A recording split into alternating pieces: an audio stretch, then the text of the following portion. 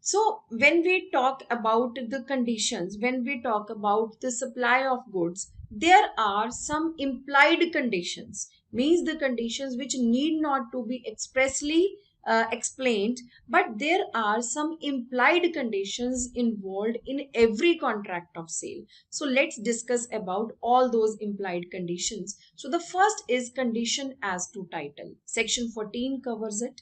Means when in case of sale, every seller has must have the right to sell the goods, but in case of agreement to sale, even then he would be transferring the ownership in the future, means he would be having the right to sell the goods. But if the right to sell is not with the seller, that means the buyer can recover the price from the seller. Means if with the goods the right of ownership is not being transferred by the seller, this can be recovered by the buyer from the seller. A person may not have the right to sell only in two circumstances. One, when the goods are not of him, means when he is not the owner of the goods sold. Second, he may be the owner, but yet due to certain reasons, he may not have the right to sell. So that means um, as because of some implication of laws or some operation of laws, the goods belong to the person who is going to sell the goods, but he has not the right to sell the goods. That means condition as to title explains that a seller must have the right to sell the goods. He must have the right to transfer the ownership of the goods. This is the condition as to the title. So let's see the case of Roland versus Diwali. The point decided in this case was that there can be no sale of goods which the seller has no right to sell. Means if the seller don't have the right to sell the goods, there would be no sale of goods. A bought a motor car from B. After using it for some time, he was compelled to return it to the true owner. It appears that he had obtained the car by theft only and he was not the actual owner. It was held that B had broken the condition as to title and A was therefore entitled to recover the purchase money from B. In case of implied condition, it is never being said that I am the owner of the good, I have the right to sell it. It is normally, it is an implied condition that whenever one is selling the goods, he has the true title of the goods. He is the true owner of the goods. So this is the implied condition. This is again clear from the another case, that is a Niblet versus Confectioners Material Company Limited. B sold to P condensed milk in tins CIF from New York to London. Some of the goods arriving bearing a brand infringing the trademark of third person, at whose instance the Commissioner of Customs detained the goods. The buyer had to remove the brand to get possession of goods and hence has to sell at some loss. The fact decided was that the right to sell means not mere possession of detect free title of the good. It also means that seller should not infringe on the trademark of other sellers. That means wherever the condition of the title is concerned, the seller must have the true title of the goods, as well as the seller should not infringe on the trademark of other sellers. Second implied condition is sale by description. Section 15 explains it. There is an implied condition that when the goods are being sold by description, the goods supplied will definitely be correspond with the description. There is a maxim, if you contract to sell peas, you cannot oblige a party to take beans, which clearly shows that what is being described by the seller, only that must be supplied by the seller to the buyer. Description here means a particular class, a particular kind, or a particular variety of goods to be supplied. It also includes any statement which may be essential to the identity of goods contracted. Let's see the example. A contract of sale of Maruti car 2020 model is a contract for sale by description, in which a person has described that he want to purchase a car, or he is selling the car which is a Maruti car and the model is 2020. The expression sale by description includes many situations. First is the buyer has never seen the goods. When there is a case the buyer has never seen the goods, he would be relying on the sale by description. What is being told to him? Let's see the example. A agreed to buy a second hand repairing machine which he had never seen, but which the seller assured him to had been the new previous year and used to cut about 50 acres. The machine was delivered to Mr. A. Now the sale was being done by the description because the other party, the buyer, has never seen the machine and he has relied on the description given by the seller. A found that it was old and had been mended. Who stopped? He was entitled to reject the machine. Second is the buyer has seen the goods. It may be a sale by description if he relies not on what he has seen but what was stated to him. As in first case, the buyer has never seen the goods, but in second case, the buyer can see the goods, but he has relied more on what was stated to him. Third is packing of goods also forms a part of a description. There are a few, there are always the goods on which on the packing some description is being made, and this is also a good sold by the description. And in that case, there is an implied condition involved. Let's see the example. P agreed to sell to P tea in chest containing 80 pounds of tea. Means it was being written on the packing that each chest contains 80 pounds of tea. B supplied tea chest containing 76 pounds of tea. And the person buyer here is relying on the packing of a particular container. So since there was a breach of the condition as to the description, P was entitled to reject the whole goods. Third point is sale by sample as well as by description. So when there is a sale by sample and as well as by the description, both of the condition of the sample as well as of description must be fulfilled. Let's see the example. Mr. A agreed to sell to Mr. B some oil described as foreign refined rape oil, warranted only equal to sample and delivered oil equal to quality of samples, but which was not foreign refined rape oil. It was held that Mr. B could refuse to accept it.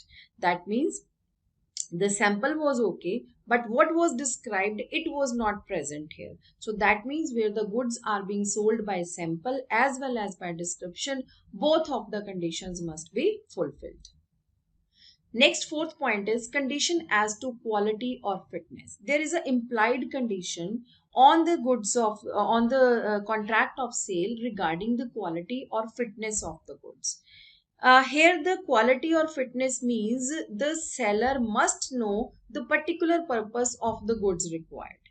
And if the buyer has relied on seller's skills and judgment, and then there is an implied condition that it would operate accordingly, it would include that. And the implied condition as to quality or fitness will operate if the following conditions are satisfied. 1. The buyer requires the good for a particular purpose. The buyers make it known to the seller that why he is purchasing the goods, what is the particular purpose of purchasing that goods, and the buyer relies on seller's skills and judgment. And the purpose for which the goods are required may be ascertained from the acts and conduct of the parties to the sale. There is no need to tell the seller the purpose for which he buy the goods. Let's see the case. Grant versus Australian Knitting Mills Limited. B, a doctor, purchased from a retailer to woolen underpants manufactured by D. Next day, after wearing one of them, he became ill. His illness was caused by a chemical irritant which A had negligently omitted to remove in the process of manufacture. It was held that the implied condition of fitness for the buyer, for buyer's purpose, was broken and can be held liable.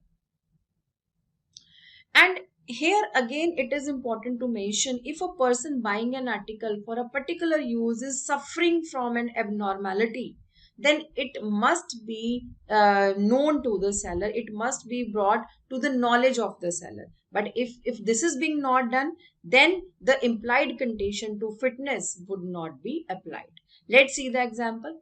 P bought a tweed coat from D, developed skin trouble through wearing it. It was found that he was abnormally sensitive and that a normal person would have not been affected by wearing of that tweed coat. So it was held that there was no breach of any implied condition as to quality and fitness. But if the goods are being sold under any patent or trade name, there is no implied condition regarding the fitness or a particular purpose. Like if one person has purchased a Bugatti car thinking that it is suitable for the touring purposes, but when he purchased that car and used it, he found that it is not suitable for touring purposes. So it is so in this case, the implied condition regarding fitness and quality is not being breached. There is no breach of that condition. The condition still exists. That means if the goods are sold under a particular patent or a trade, there is no implied condition for to its fitness for a particular purpose. Next condition is a condition as to merchantability. What is the when we talk about merchantability, to know this word, certain conditions must be firstly satisfied. One, the goods should have been bought by description from a seller who deals in a goods of that description. And what is the meaning of merchantability? Means the articles must be of such quality and in such condition that a reasonable man would accept the article as performance of the promise. So let's see the examples of the merchantability. A color TV which gives only black and white picture definitely is not going to be a merchantable, because it's a color TV. It must show some colors. A refrigerator that doesn't make the ice, that means the refrigerator is being bought to get the ice. If the basic purpose, the purpose of refrigerator is not being fulfilled, it's not making any kind of ice, that means the refrigerator is not in a merchantable condition. Goods may be unmerchantable not only because of only defect in their physical condition, but because of some other circumstances, like where they infringe a trademark, the use of them is dangerous or injurious, and they are unfit for use. Let's see the case of Morley versus Fitch and Gibbons. The case decided was a dealer who sells goods by description, which is essential for this, is bound to deliver goods of merchantable quality. P asked for a bottle of Stone's ginger wine at D's restaurant. While P was drawing the cork with a corkscrew, the bottle broke at the neck and injured him. It was held that the sale was by description, and since the bottle was not of a merchantable quality, P was entitled to recover the damages from the restaurant. There are few exceptions to the merchantability where the merchantability doesn't require. It is not applicable when the buyer has examined the goods himself and he has found the defects which such an examination ought to be revealed. And these defects which the buyer has examined may be of two types. One are the patent defects, and second one is the latent defects. Patent defects are those defects which can be found on examination by a person of ordinary intelligence with the exercise of due care, but the latent defects which cannot be discovered by such examinations. Next implied condition is sale by sample. There is an implied condition that the bulk should correspond with the same inequality. The buyer shall have reasonable opportunity of comparing the bulk with the sample. The goods should be found free from any defect rendering them unmerchantable. Means the goods level must match with the bulk where the contract is swearable. In case of default, buyer can reject the other part. But when it's not separable, the whole contract would be rescinded, or the claim can be made for that portion. Next condition is condition implied by custom or usage of trade. If any kind of custom is being followed in the trade usually, so this is a implied condition to supply with that. So these are the implied conditions. Next, we talk about the implied warranties. The first implied warranty is a implied warranty of quiet possession. That means there is an implied warranty to provide the thing to perform a quiet possession against the disturbance of that possession. Means buyer should have the possession and enjoyment of the goods sold to him without any disturbance by the seller or by any other person. If there is any disturbance against the possession of the goods with the buyer, the seller is liable to pay the damages to the buyer. Let's see the example. P purchased a second-hand typewriter from D for rupees 200, spent rupees 100 on having it overhauled.